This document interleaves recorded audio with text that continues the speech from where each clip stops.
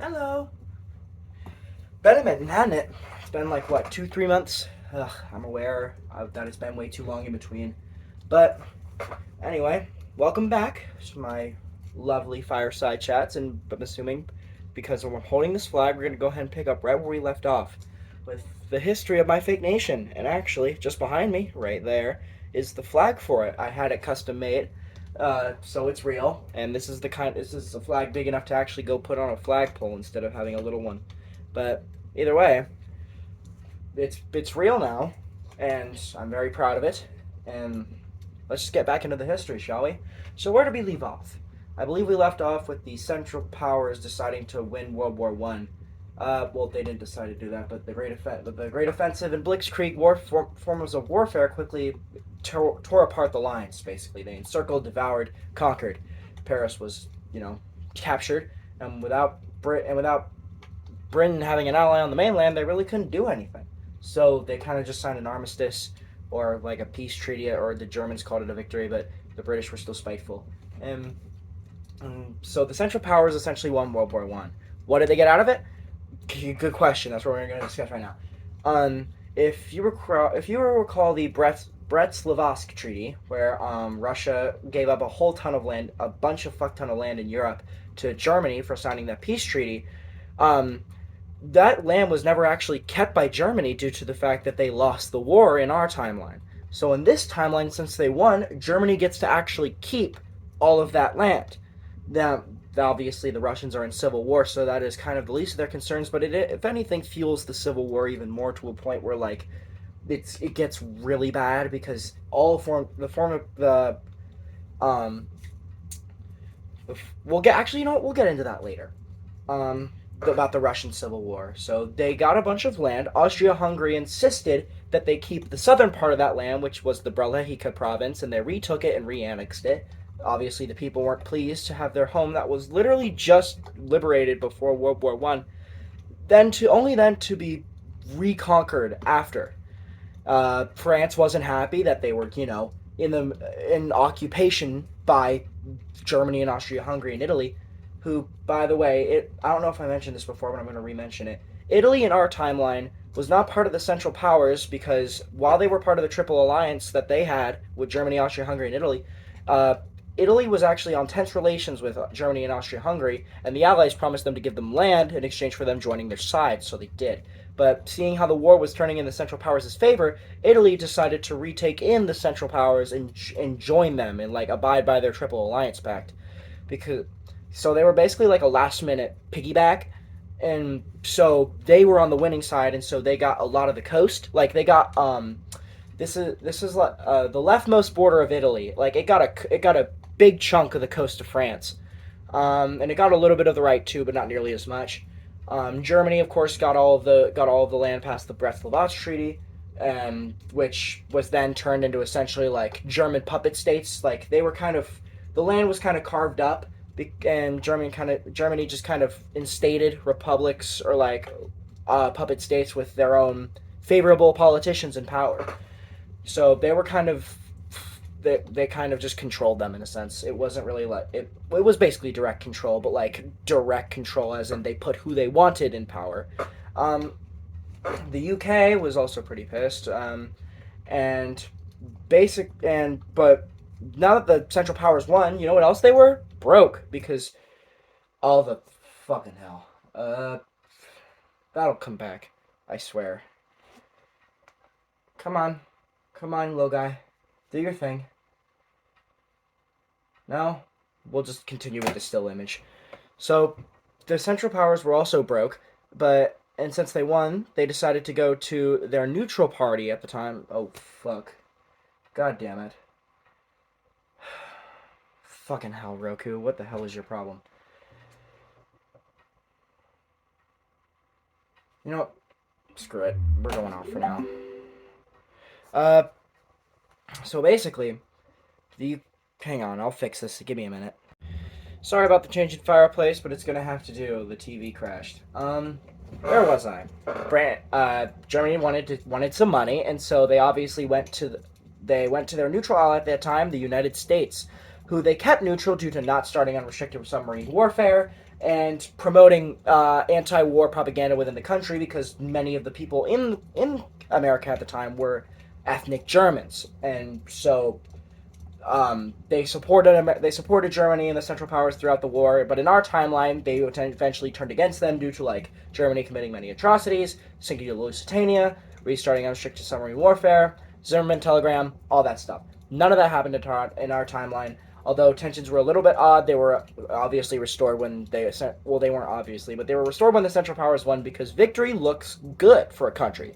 Winning is kind of the good thing. I don't know if you know that. So Germany kind of went over to discuss relations with, like, in terms of like hopefully getting money to, like, they kind of were basically beggars in a weird way. But the Central Powers went to America with like a request for potential supplies and aiding of their economies and their people to help keep them, not starving, especially after the war that had just taken a huge toll on all of their economies. But they were trying to build themselves back up, but they wanted some help from America. And so America agreed, but they also didn't. They were also, because Woodrow Wilson was like really neutral, except for like after Zimmerman telegram, Lusitania, all that stuff.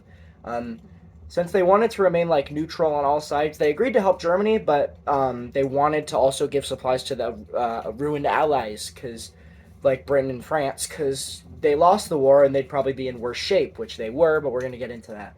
Germany was like kind of pushing them to was kind of like playing passive aggressive, like they can get their supplies later, like we need them now, we need our people, like we won but we still have starving people, could you please help us? And so eventually America gave in and decided to help the Central Powers first in exchange for being able to help the Allies down the road. It wasn't exactly the best choice, but they had to do with what they had to do, especially if they wanted to be on the winning side's favor. So America began selling supplies to the Central Powers.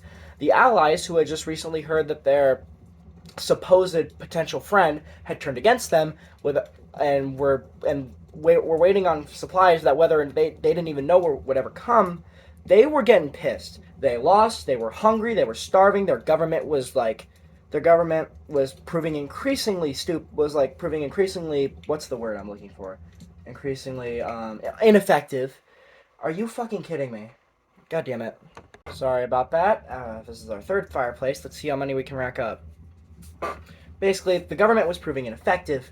The people were having to bear the brunt of loss for a war that they didn't even want to be a part of. Their economy was shit. Their everything was shit. And so, what do people do when their economy's bad and their government is proving ineffective? Riots and revolutions. And so began this great era that of what I like to call the Weltkrieg revolutions. Weltkrieg being the German word for the Great War. And so, because, it had the immediate cause of the revolutions was the World War I outcome.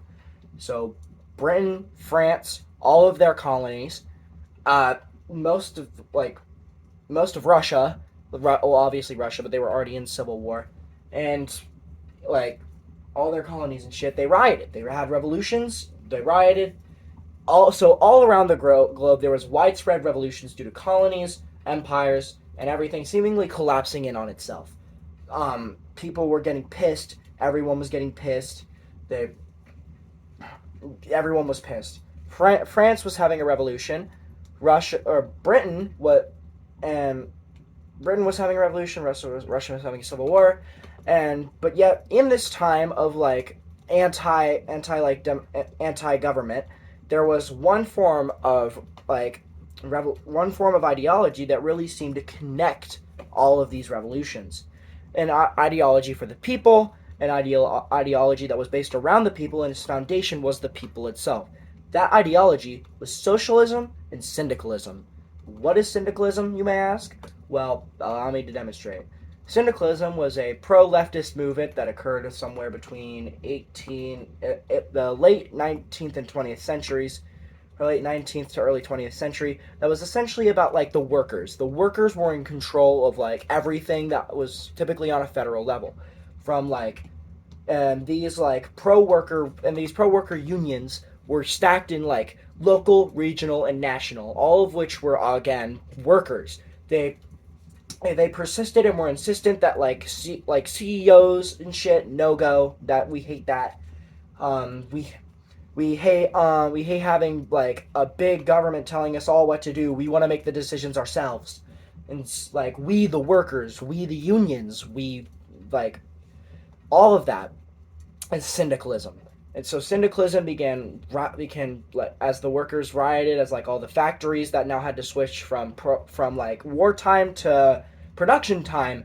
All of those workers began rioting, and so like all of a sudden the factories were shit. Like the economies were even shittier, and all of this was an aim to get the government to depose themselves or for the people to take it by force. And in France, the revolution got so big that the government was almost immediately deposed, as in like the masses immediately broke out in riots, and so the government essentially either fled or surrendered. And one guy who was like the kind of the face of, like, I think his name was Marion Fevre. I don't think that's not a real person, but it's who we're gonna go with. Let's just say he was a socialist worker, and whatever, go with me here. Um, he kind of like spiritually led the syndicalist revolution. He kind of forced the republic to surrender, and before you know it, the Republic of France, that had only lasted for like a couple of ish months, collapsed, and a pro syndicalist government was put in its place. Meanwhile, over in Great Britain, the United Kingdom of Great Britain was dissolved entirely, which was what led to the colonies rioting. All of the empire heads governments collapsing is what leads to all of the colonies rioting, because they don't know whether they want to remain loyal to pro British or the new syndicalists, and some people just want to try to consolidate power for themselves. So it's just turned into either civil war or riots, and the United Kingdom of Great Britain is dissolved, and those who are loyal to the British Crown, particularly the King and Queen, either either fled to Ireland for safety, or in the King and Queen's case, fled over to Canada, where they then plan to go back and steal the British Crown later on.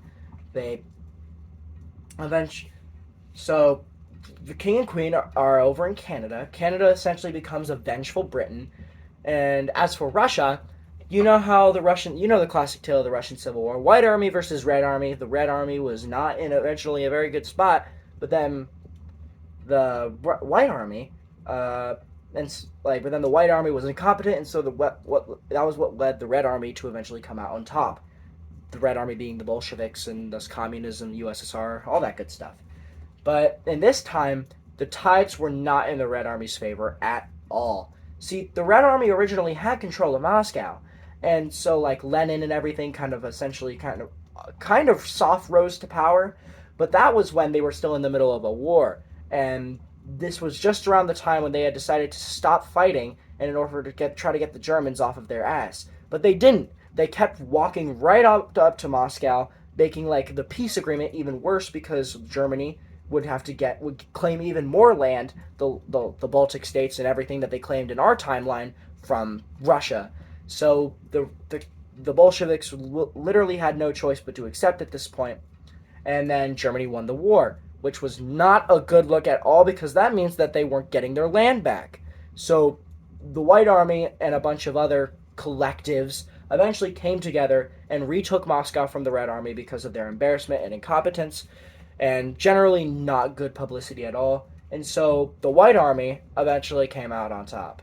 So so that means no communism or USSR throughout the rest of the timeline, which already has big ramifications in and of itself. But we won't get into that. Like no Vietnam War, no Korean War, just to name a few.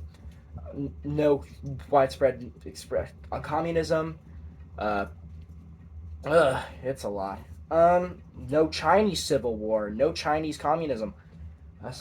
It's pretty big. It's pretty elaborate, and it's you know pretty bad. What? And so now you may be thinking, where does Bralehika fit back into all of this? Well, back in Austria-Hungary, because Bralehika was dissolved into Austria-Hungary. God, and basically they were having a revolution of their own within Austria-Hungary. The province itself was already so pissed off that they continuously kept losing their land and getting it back and then losing it again, that they decided to have their own revolution, codenamed the Red Revolution. And on the night of this revolution, they looked up and they saw a crescent moon. They looked up in the sky and they saw a crescent moon. I wonder what kind of foreboding effects that may have. Hint, hint. So it became a big. So the crescent moon became a big symbol of like brightness in the sky and like symbol of like the symbol of the revolution essentially.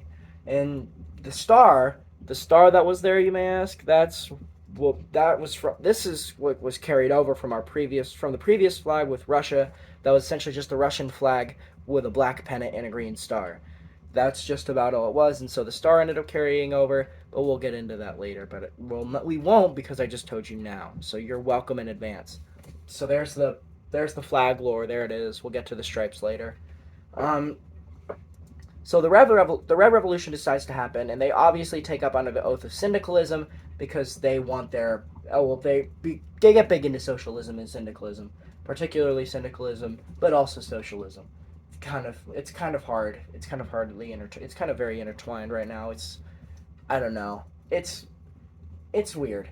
So the Red Revolution decides to go back to the old roots of how they previously were liberated from Austria-Hungary, which was, Molotov cocktails and burning supply lines and destroying them.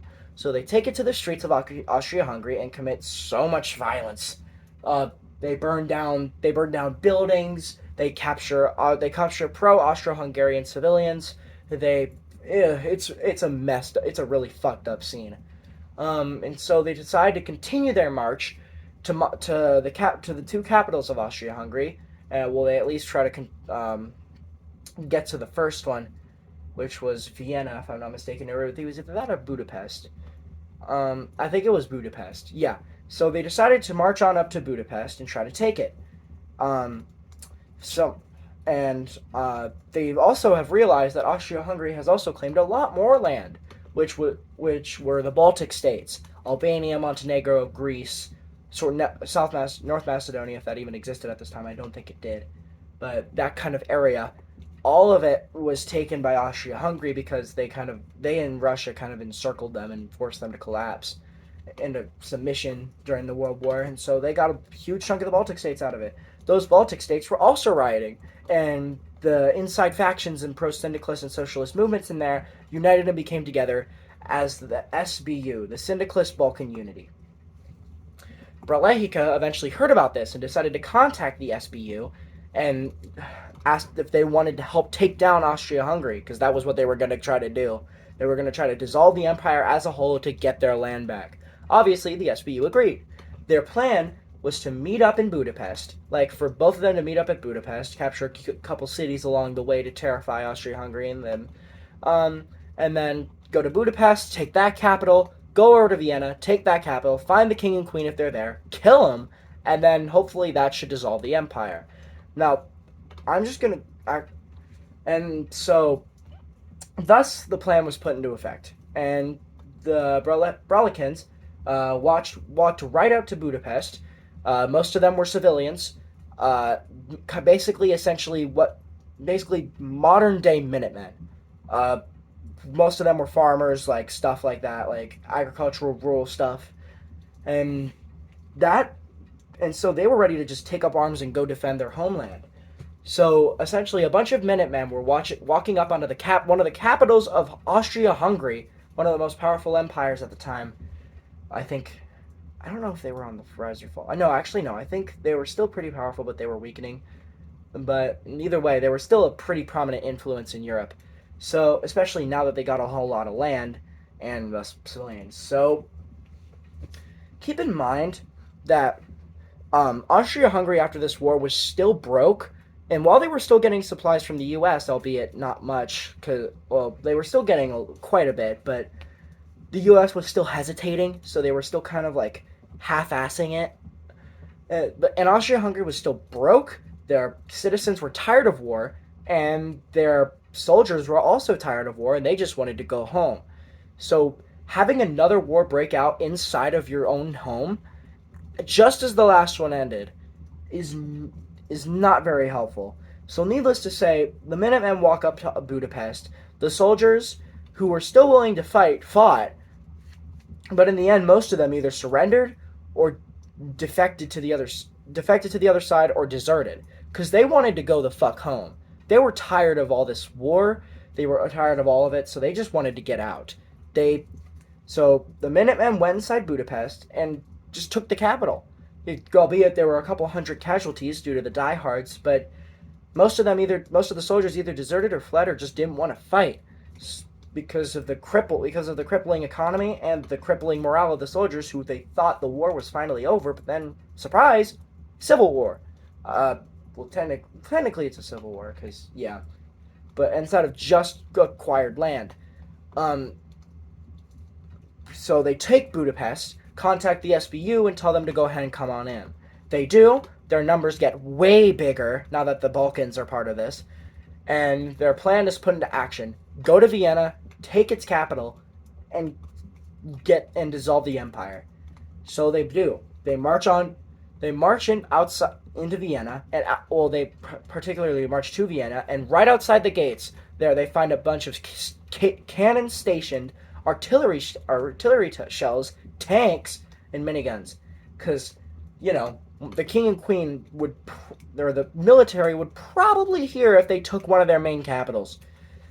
So they were heavily fortifying the last one, assuming that they were going to come there and try to take the other one, which they were. And so what followed was a desperate charge to the gates of Vienna. It became a massacre. Like, they got it. Like, the Bralikins and SBU, who were now the syndicalist ultimative unity, by the way, they kind of fused together after they met at Budapest because Bralehika was kind of in the Balkans, but it also wasn't. But they wanted to be a part of the alliance, so they formulated into the SUU, and right outside the gates of Vienna, like they charged at it. Tank shells fired, miniguns fired, guns fired, like cannons fired. It was a mess. So much blood was spilled on that grass. But the numbers of the SUU were ultimately no match for the crippled military. Like, as diehard as they were and how much machine they had, it could only you could only blow up specific spots with like a tank. You have to with that much numbers coming in, it's just only a matter of time before the wave eventually becomes overwhelming. And so, despite fierce resistance and despite thousands upon thousands of casualties, mostly civilians, they like Minutemen citizens from the SUU side, they decide that after like tens of thousands, they ultimately get overwhelmed and the gates of Vienna are stormed.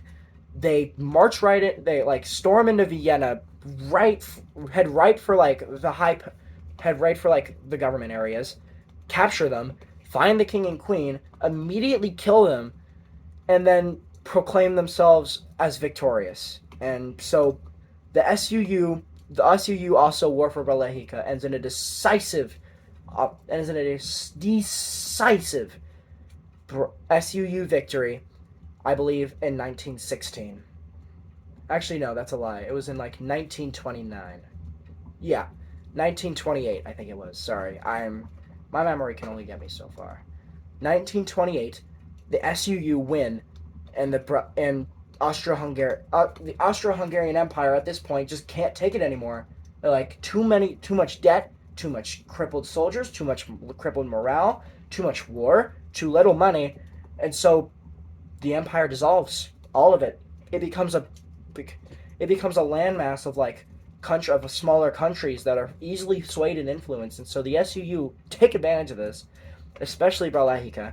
And Bralehika immediately retakes a huge chunk of that land and reinstates it as their republic.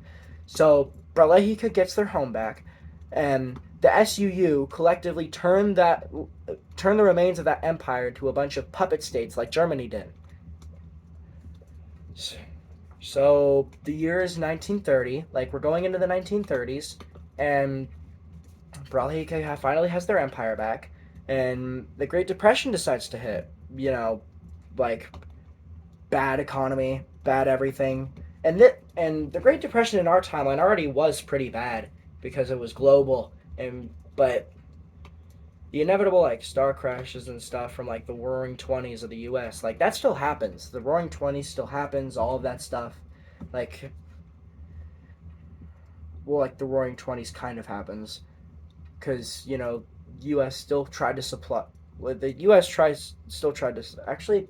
Did they? No, they didn't. But anyway, the Great Depression still happens. One way or another, it was kind of inevitable. And especially after wartime like this, where like everyone takes a minute to recover. Like it's kind of a different Great Depression than what I'm talking about, but it's kind of like a post-war Great Depression because without like a U.S. like Marshall Plan or anything like that, what was happening with during the Cold War, what followed was an era of like a bunch of very very much struggling European countries trying to build themselves back from the ground up. And so while the U.S. was neutral, they again like kind of had a part of it. It's hard to explain. I won't go into it too much, mostly because I don't have a concrete answer for you yet. The history is still pretty wonky. So basically Bralehika and the SUU, while victorious, were still not in very good shape. But claiming a bunch of land and getting a bunch of like potential diplomats from Austria-Hungary, sure they killed the king and queen, but that doesn't mean that they had like other didn't have other government officials to help. And so they kind of like took them and made them into their own government officials and stuff. And with all the land and citizens, they kind of were off to a better start than normal. That doesn't mean they were having the best time, but it definitely meant that they weren't like absolutely in the gutter. They were just kind of out. They were just kind of poking their head out of the shithole. They were just trying to rebuild their way back up. And so Bralehika, during this time of like individual like focus and like while everyone was like too exhausted from war to kill each other, they decided to like reinstate themselves. They decided to reform themselves, give themselves a more unique identity. And so the flag was born during this era. Like I believe it was like mid and late 1930s when this flag was proposed and eventually made into the national flag. The crescent and star were a symbol of the revolution and previous ties with Russia. As I told you about the star, the crescent was a symbol from the Red Revolution that eventually was kept in the national flag. The white star symbolizes the guiding light of the country, of purity and of cleansing. The green stripe represents the grassy fields outside of the gates of Vienna that was fought to re-win their liberation. And the yellow represents the fire that was used during the Red Revolution as well as the original war for Bralehika in the first place. So fire, grass, light. That's kind of the gist of the stripes. The black pennant was originally part of their protectorate flag from Russia. Russia gifted a flag to them that was white, blue, and red, which was the Russian flag, with a black pennant and just the star. And so they decided to keep the black pennant and star as a nice little contrast for the moon and star, and because they also didn't want to entirely want to be on Russia's bad side, so they wanted to show them at least a little affection by keeping some of their attributes from their flag and putting it in their new one. So that's the Bralehika flag explained. They also got a national anthem and a motto. The national anthem is "Every Man a King" by Huey Long, mostly because when I made that song I was listening to one night, it kind of inspired me to make this country in the first place, so I figured making it the national anthem would be a good choice. How historically would Bralehika get the national anthem as Every Man a King? I don't know. Maybe Huey Long decides to take a visit to Bralehika. The theory that I had for crafting like the main history in this video was Huey Long re-loses his election as governor of Louisiana, and so Bralehika, who somehow heard about his campaign overseas, really liked what they heard. So they invited him over, and he eventually became like some sort of government official in Bralehika, and they used his phrase as their national anthem, "Every Man a King."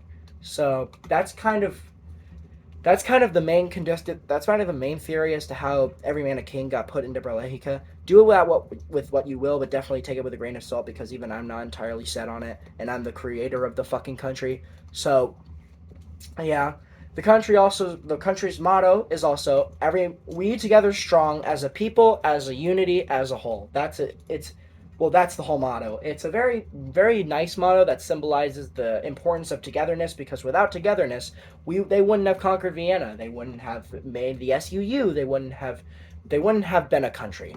So paying homage to that is kind of the least they can do. They made a salute for the flag, which is this going up next to the flag. Ignore the rainbow band-aid. Uh, is kind of like this, holding your arms together like this, because it honors the people who made their sacrifice outside of Vienna, but it also shows the flag great respect, and like, while also being kind of humble about it. It's a very humble yet sweet salute. Kind of it's like a less like hardcore version of the American salute. It's kind of like just this. Um, Oh, what else? The people like this, and this all happens during the Great Depression, by the way, because the new government that was installed, which they decided to ultimately make a parliament. Yes, I know the Red Revolution was about syndicalism, but as time went on, the people started to get less radical, especially as like the Great Depression hit and all of these patriotism movements happened. So like the country eventually decided that for its better interest, that they should have a parliamentary system with socialist movements put in there, like obviously the people choosing their leaders, and like universal health care, all of that stuff. But that's too political, and I don't really want to get into that. I just want to show you the fun history lesson. So basically, like a socialist parliament. Think of it like that. It's about like the people choosing their leaders, and it's about the leaders giving back to the people, and it's about an equally maintained balance between all of them. It's it's a very delicate balance, but it's a balance that works because it honors the Red Revolution while also making sure that smart people get in power. It's a very it's a very complicated and questionable system that even is flawed. I'm going to admit I'm not the perfect history buff, so I created this country with like most knowledge, with like all of the knowledge that I had, and some of that knowledge can be flawed. Hence why I don't have a clear explanation for everything. But I just wanted to but I still think that I did a pretty good job with the history. While the government may not entirely sound self-functional, um, let's just pretend. I'm just gonna say that it is, because I think it is, and I can obviously like make a more detailed, in depth, like potentially explanation of the government if you guys want it. But I will only do that if you guys say that you want it.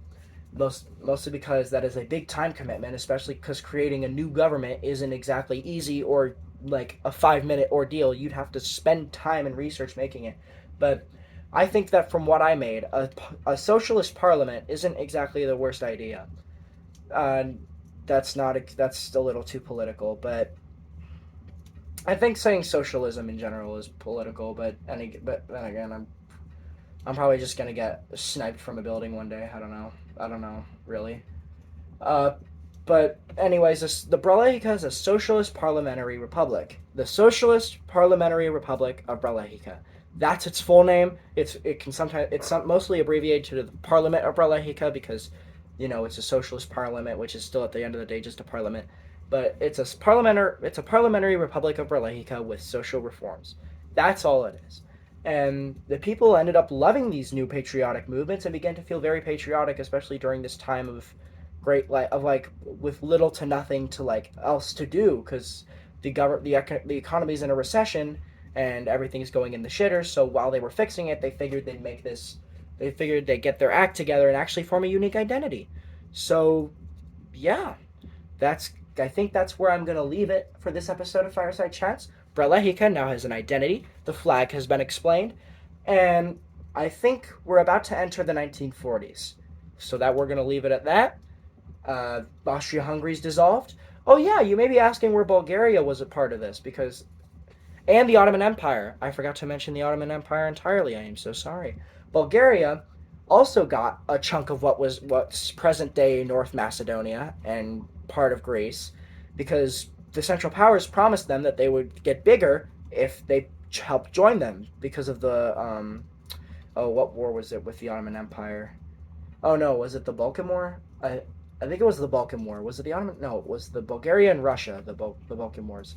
Um, so they got bigger. The Ottoman Empire regained a lot of North African territory back, especially after they lost it, because they were an empire in decline in the 1940s, or in the 19, and they were an empire in decline when World War I happened.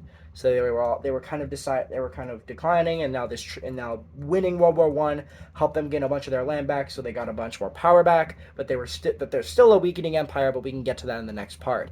Uh, so the Central Powers are kind of thriving, but also kind of in the shitter. The SUU is also kind of thriving, but also kind of in the actual shitter. And so everyone is trying to figure themselves out. Makes sense? Great, awesome. Um, I sorry it's been too long. It's been a lack of motivation for me lately. That's really been not helping me make these videos. But I figure that if I'm going to end season 3, I should at least give you guys the complete history of this country, just because I feel like I owe it to you after especially making this part. And I don't want to leave it unfinished because I don't want to seem like an asshole. So I'm going to finish this history. I'm going to finish this history of my country. And then from there, the wind will take us wherever it wants to take us. Maybe this will be the end of Fireside Chats. I'll find some new spark that'll allow me to make some more content for you guys. But until the next part, I'll be seeing you. Bye.